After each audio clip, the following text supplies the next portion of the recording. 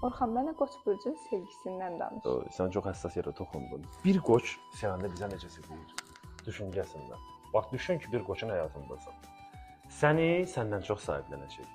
Göz yaşlarından tez sənin yanında olacaq. Qoç aktual insandır. Bir qoçun ki, həyatında olmaq, bütün xarakterləri yaşamaqdır. Qoç sənə dəyər verər, sənin yanında olar.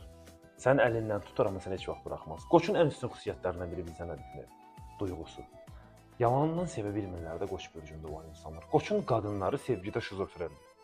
Bəylər də həmçinin. Bir qoçun həyatında olmaq, tarix oxumaqdır. Bunu sən özün çox gözəl bilirsən. Qoç var, bir insanın, baba bu əlini tutursa, o insan əlini heç vaxt buraxmır. Və bir qoç sevgidə ən üstün tərəflərindən biri onların cəsarətidir. Qoçun həyatına girirsən, elə bir nağıllar aləmindəsən. Yaşamamısan bu hissi.